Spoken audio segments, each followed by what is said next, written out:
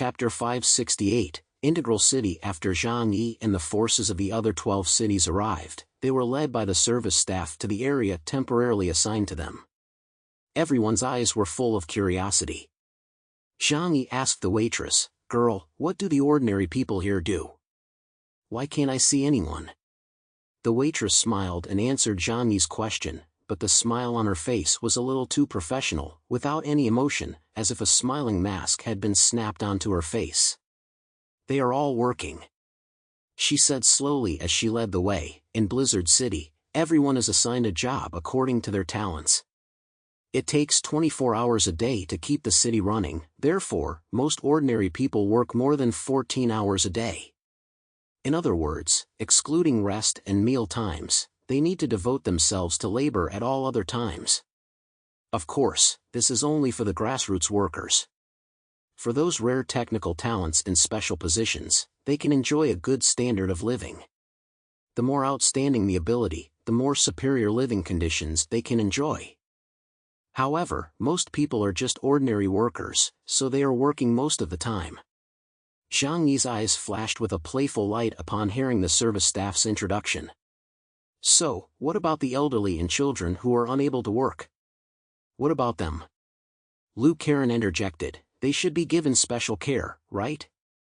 After all, the physical conditions of the elderly and children are different from those of young adults." The waitress leading the way in front of them had a wider smile on the corner of her mouth, but there was a touch of desolation in that smile. Chapter 569, Undercurrent. Zhang Yi and the others were led by the service personnel to a place to rest. This was a house similar to an apartment, surrounded by soldiers on strict guard. The environment inside the apartment was quite good, and everyone was assigned a single room.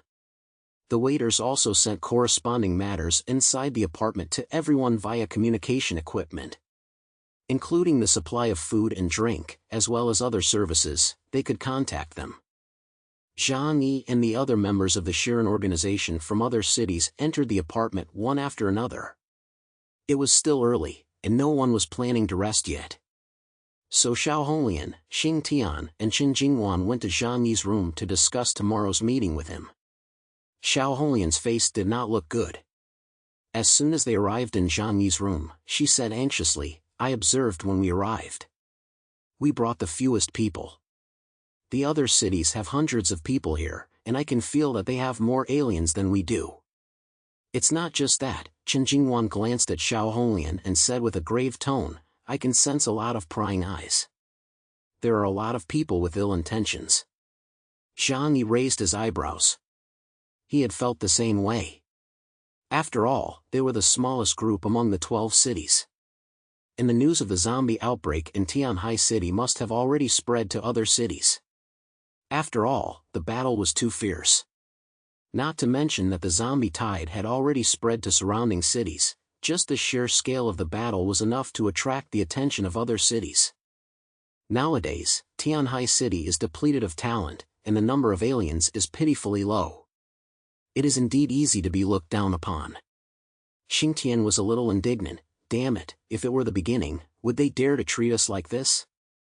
Back then, with the 4 major bases, 1 sect, and Zhang Yi's team all here, Tianhai City's combat effectiveness was extremely strong.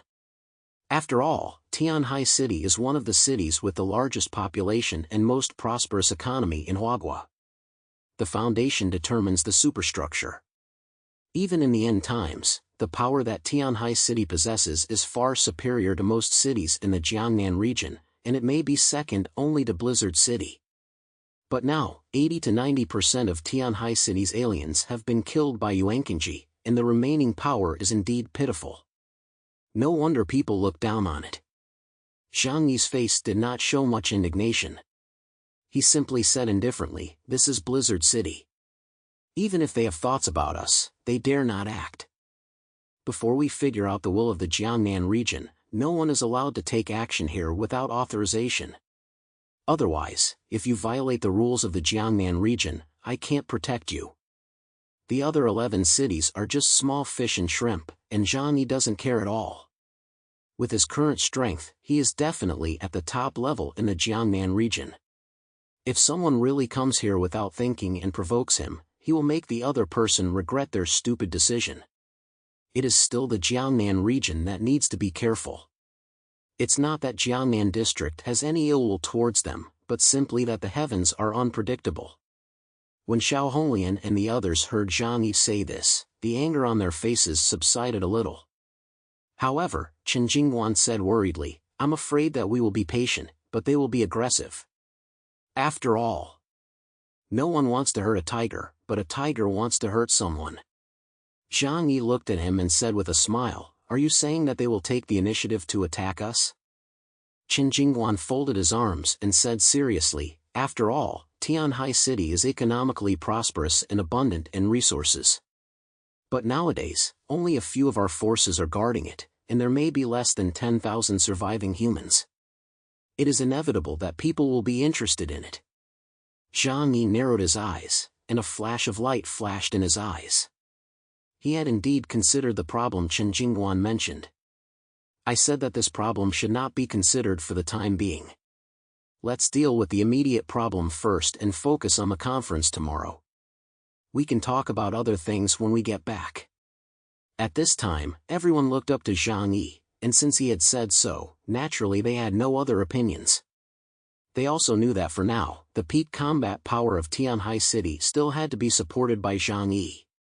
If there was a conflict with another city one day, it would also depend on Zhang Yi. After Zhang Yi had sent off a few people, he planned to meet Bailey Chongqing to prepare for tomorrow. So he called Bailey Chongqing. After receiving Zhang Yi's call, Bailey Chongqing was not surprised. He smiled warmly and said, your living area is District B, and I live in the nearby District A. I will send you a temporary electronic pass. Just come directly and find me at the password bar. Zhang Yi smiled and said, okay. Soon he received the temporary pass sent by Bailey Chongqing. Zhang Yi glanced around the room and saw Zhou Ke and Lu Karen sitting on the bed, staring at her. Although the two had their own rooms, perhaps because they were intimidated by the strict security of Blizzard City, they had both run to Zhang Yi's room to find safety. Zhang Yi smiled and said, you guys rest here first, I'm going out to see an old friend. Zhou Ke laughed and said, is it someone from the Black Robe investigation team? Zhang Yi nodded, well, let's chat with them. It was no secret that his old acquaintances in Blizzard City could only be the Black Robe squad. Knowing that Zhang Yi was doing something very important, neither Zhou Ke nor Lu Karen clamored to follow him. Zhang Yi left the room and walked towards the outside of the apartment building. At this time, he just realized that he was not the only one doing so. Even though the service personnel had warned them not to leave the apartment building easily. But anyone who could come here is not a hero. How could they be scared by mere service personnel? Many people were already exchanging ideas in the hallway, and some had even left their apartments to explore Blizzard City. Zhang Yi was about to leave the floor they were on when the waitress who had brought them here came up to him with a worried look. Where are you going? Zhang Yi looked at her with a smile on his face and said, out. She looked even more worried. Didn't I just say that? Please don't leave the apartment lightly. What if the patrolling city guards find you? Zhang Yi interrupted her, as long as I don't violate the rules of Blizzard City, won't that be fine? Among the rules you sent us, it doesn't seem to say that you are not allowed to leave this apartment. The waitress's face looked a little ugly. But if something happens to you guys outside, I might get blamed. Zhang Yi thought to himself, you guys have a lot of rules, but don't even think about using this to restrict my freedom. I will abide by the rules of Blizzard City. He stared at the waitress, and the smile on his face slowly disappeared. But please also remember one thing, we are here as guests, not subordinates of anyone, and we are definitely not prisoners. After saying that, Zhang Yi ignored the waitress's ugly face and walked straight past her. That's not true. No matter if they are old or young, unless their family members can provide enough contributions to make up for their share of the vacancy, they are not eligible to live in Blizzard City. What? Lu Karen was shocked and couldn't help but say, that's too cruel. This is just a simple law of survival in the end times, Zhang Yi calmly told her, there's no need to be surprised. Even though the Jiangnan regional headquarters has a lot of supplies, in the end times, they must also strictly control the number of residents. Since they can only take care of some people's lives, they must definitely reserve the quota for people who are more valuable. This is very reasonable. Lu Karen let out a sigh. I understand the reasoning. But isn't this still a society that retains human civilization? I thought it would be different from Tianhai City. At least, they would take care of the children. Shoukur and Liang Yu both had expressions of reluctance on their faces. Indeed, at the very least, they believed that children should be protected. Because children are the future. If children are driven out of Blizzard City because they cannot provide enough labor value, what will happen in the future? The waitress, however, said with a dismissive air, this problem is not a problem at all.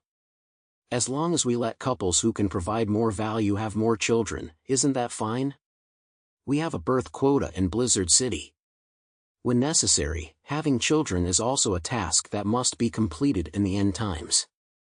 Lu Karen opened his mouth, unable to imagine that such a law would be implemented here. Only Zhang Yiqian was unperturbed and did not feel the slightest bit surprised. The group went outside, and a bus was already waiting for them. Everyone got on the bus, and Xiao Honglian and the others were very cautious and dared not speak much on the way. Because they knew that everyone in Blizzard City might report their words and deeds. If they said the wrong thing carelessly, they might get themselves into trouble. Zhang Yi had already warned them of this before they set off. After getting on the bus, their respective communication devices received the Blizzard City management regulations. Zhang Yi quickly skimmed through them. There were a lot of laws and regulations, more than 100 in total. It was clear that they had been drafted on an ad hoc basis after the end of the world, but there were strict rules in all aspects of life. Among the regulations, more than a dozen were specially marked in red, which were reminders to Zhang Yi and other outsiders. For example, there was a curfew in Blizzard City after 12 o'clock, and no one was allowed to appear on the streets, except with special approval from the Blizzard City hierarchy. For example, fighting is prohibited in Blizzard City, and offenders will be severely punished. It is not specified what the punishment will be, but it is probably dependent on the situation. But I don't think the punishment will be light. Because at this time, internal struggles are something the higher-ups want to avoid at all costs. Zhang Yi carefully read through all the regulations. Fortunately, most of them did not place too many restrictions on outsiders like him. As long as he stays put and waits for the conference to end, he will be fine. However, the regulations on the management of city residents still gave Zhang Yi a very oppressive feeling. He looked up at the waitress, whose face was always wearing a fake smile, and began to understand a little why she always gave people the impression of being cold. In this place, the primary goal is to survive, not to live. After being used to a free society for decades, they suddenly live in a city with such strict management, and inevitably lose part of their humanity, especially the part about freedom and happiness. Zhang Yi flipped through the regulations and glanced at the time. It was just after 7 p.m. There were still more than 4 hours until the curfew.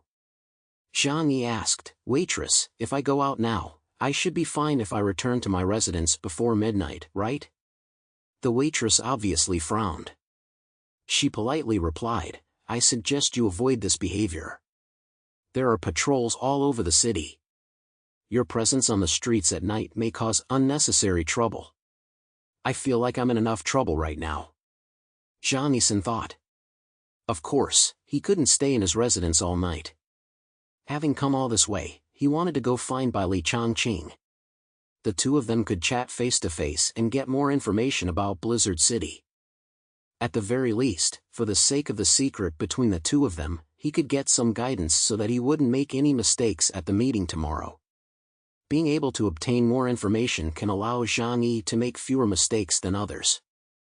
This is very crucial. He did not continue speaking. This waitress was just a low-level worker, and it looked like she belonged to the lowest level in Blizzard City. He would contact Bai Li Changqing directly later. Bai Li Changqing was the head of the investigation team and should be very high in Blizzard City.